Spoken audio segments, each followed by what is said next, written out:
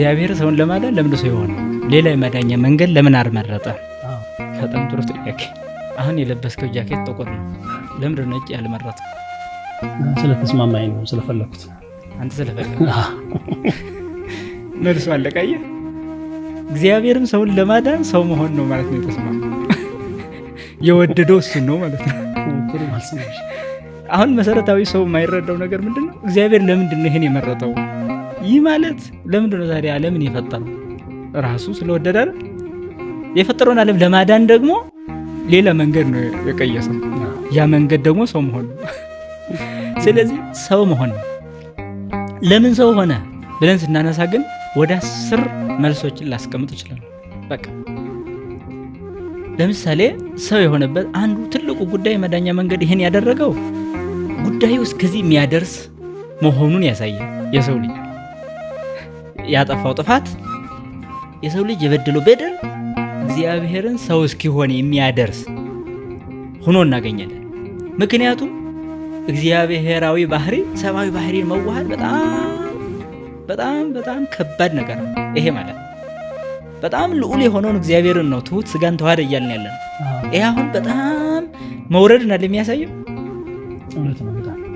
ዘመን የማይቆጠርለት በዘመን ሂሳብ ስሌት ውስጥ እኮ መጥቶ ሲገባ ነው የምናገኘው አይደል? ዓለምን በመሃል ይዞ የሚቆጣጠር በዓለም ባህል ለመስተናገድ መጣ እኮ ነው እያልን ያለን። ስለዚህ ይሄ በጣም ከፍ ያለው እግዚአብሔርን ዝቅ ባለው ቦታ ነው ራሱን እያገኘን እያወራን ያለን። ይሄ ዝቅታው ምንን ያሳያል? የሰው ልጅ በደሉ ደግሞ በጣም ከፍ ማለቱን ያሳያል። አምላክ የመሆን ፍላጎትና ትዕቢት፣ ኃጢአት እግዚአብሔር ሰው በመሆን መንገድ እንዲደረመስ አደረገ።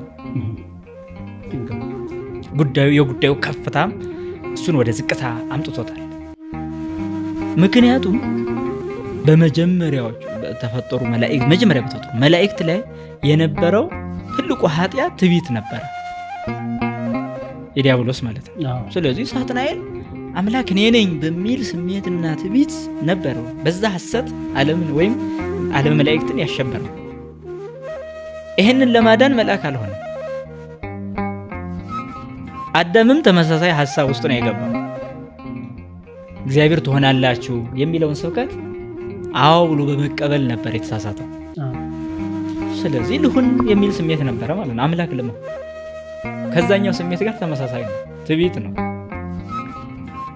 ሊቁ ዮሐንስ አፈወርቅ ፍቅረ ሲመትሰ ደዌ ሰይጣናዊት ብሎ የሚጠራት ለዛ የበላይ ለመሆን የሚፈልግ ህሊና ወይም ሹመት ወዳድነት ሰይጣናዊ ደዌ ነው ይላል።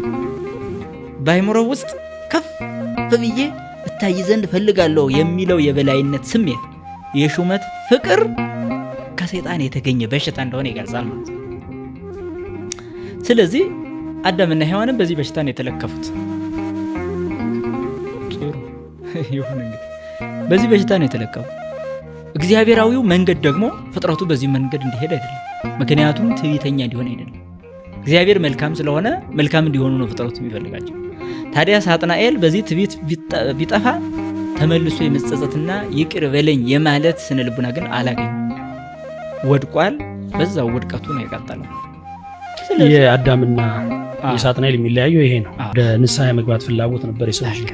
ስለዚህ ሳጥናኤል ላይ ንስሐ የመግባት ወይም የመጸጸት በድያለሁ የፈጠረኝ ያልሆነው ነገር ተናግሬያለሁ ብሎ ለመመለስ ስልጣን አልተጠቀም። የለም ውስጥ የነበረው ነፃነት አልተጠቀም። በዛው ቀጠለ። ሌላ አሉታዊ ሌላ መንግስት መስርቶ የራሱ ሌላ ዓለም ተከታዮቹን ይዞ በጥፋት ዓለም የመኖር ፍላጎቱን አስቀጠለ። እንዲኖር ለምን ፈቀደ ለሚለው ግን ፍጥረቱ እንዲኖር የማይፈልግ ፈጣሪ የለም። አይ ከሚሰቃይ ከተባለ ይሁ ራሱ የወደደው ስለሆነ ፈቃዱን አልከለከለው። ፈቃዱ ነው። ታዲያ መልአክ ሆኖ ያላዳናቸው ለዛ ሊድኑ ስላልፈለጉ ማለት ነው። አይ መልአክ ሆኖ አድኗቸው ቢሆን በኋላ ሰው ደግሞ ቢያጠፋ ሰው ሆኖ ማዳን እንዲህ እያለ ይቀጥል ነበር ወይ ከተባለ እሱ ሆኖ ስላልተገኘ ያም በምን መንገድ ሊያድናቸው ነበር ሚለውም ነገር ስላልተገለጸ አሁን ላይ እንዲሆን ነበር ብሎ ማሰብም መከራከርም አያስፈልግም። ወደ ሰው ስንመጣ ግን ይህ ህሊና ከእግዚአብሔር እንደለየው አውቆታል። ራቁቱን ሲሆን የፈርቻለሁ ብሎ ሁሉ ምላሽ ሰጥቷል። ፍለጋ ግን አድርጓል እግዚአብሔር ወዴት ነህ ብሎ። ስለዚህ ራቁቴን ስለሆንኩ ፈራሁ። በቃ ከእግዚአብሔር መለየት ራቁት መሆን ነገር። ምክንያቱም ለፍጡር ልብሱ ፈጣሪው ነው። ከፈጣሪው በተለየ ቁጥር አእምሮ ራቁትን ይሆናል፣ ህሊና ራቁትን ይሆናል፣ ነፍስ ራቁቷን ትሆናለች። ሐዋርያው ቅዱስ ዮሐንስም በራእዩ መልእክት ላይ ራቁቱን የሚሄድ ሀፍረቱ እንዳይገለጥ ብሎ በጣም የሚገርም ቃል ይናገራል። ልብሶቹን የሚጠብቅ ብፁዕ ነው ይላል። ራቁቱን እንዳይሄድ ሀፍረቱም እንዳይገለጥ ልብሶቹን የሚጠብቅ ብፁዕ ነው። ይህ ማለት ውሰጣዊ ልብስን ነው፣ ጸጋን፣ ልጅነትን፣ ከእግዚአብሔር ጋር ያለን መቀራረብ፣ እሱ ነው ልብስ ብሎ የሚጠራው። እሱ ከሌለ ሀፍረት ይገለጣል እያለ ነው። በኋላ ስለሚሆነው ሀፍረት ራቁትነት ነው የሚናገረው። እና የሰው ልጅ ግን አለቀሰ፣ ተመለሰ። ታዲያ ይሄንን ለማዳን የመረጠበቱ መንገድ ምን ሆነ? ሰው መሆን ሆነ። ለምን? የዛኛው ከፍታ በዚህኛው ዝቅታ የሚጠፋ ሆነ ማለት ነው። ይሄን መረጠ። ሁለተኛ ምንን መረጠ? እንደገና የመፍጠር ስራ ነው የሰራው። እንደገና የመፍጠር ምክንያቱም በመጀመሪያዊ ተፈጥሮ ንጹህ ነው ሰው። ይሄን ንጽህና አጥቷል ብለናል ማለት ነው። ስለዚህ ወደ አለመፈጠር የመጓዝ ጉዞ ነው በውስጣዊ መንገድ። በአካለ ስጋ ተፈጥሮ አለ ብንልም እንኳ ውሳጣዊው የመንፈስ ህይወት ግን ወደ አለመፈጠር ተመልሷል። ይህ ማለት ከእግዚአብሔር ርቋል፣ ጠፍቷል። ስለዚህ ይሄ እንደገና ዳግም ተፈጥሮ ያስፈልገዋል ነው ሰው። በቃ አዲስ ፍጥረት አደረገ ነው የሚለው አለቃ። ስለዚህ እንደገና ሊፈጥር ስለሆነ በፍጡር በኩል ማዳን አልፈለገም። ምክንያቱም ፍጡር አይፈጥርምና መጀመሪያም የፈጠረን እሱ ነው። እንደገና የተበላሸውን ሸክላ፣ የተሰበረውን ሸክላ እንደገና ከስክሳ አንዲት ሰራተኛ ሸክላ ሰሪ በውሃ ለውሳ እንደገና አዲስ አድርጋ በእሳት ተኩሳ ወደ ነበረ ማንነቱ ትመልሳለች። ስለዚህ አንድ ሸክላ ሰሪ እንደዛ አድርጋ የሰራችውን ቢሰበር ሌላ የማይችል ሰው ይሰራ ቢባል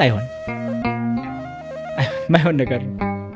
ስለዚህ የሰው ልጅ ባህሪም ተሰበረ፣ ከፈጣሪው ራቀ፣ ለጸጋ መቋጠሪያ የሚሆን ማንነት የለውም። ለክብሩ ወራሽነት የተፈጠረው ክብሩን የሚያስተናግድበት መንፈሳዊ ብቃት፣ አእምሯዊ ልዕልና ያስፈልጋል። ይህንን ስብራት ሊጠግን የመጣው እንደገና ለመፍጠር አዲስ ለማድረግ ወደዚህ ዓለም መምጣት የነበረበት ራሱ ነበር፣ ሰሪው አካል።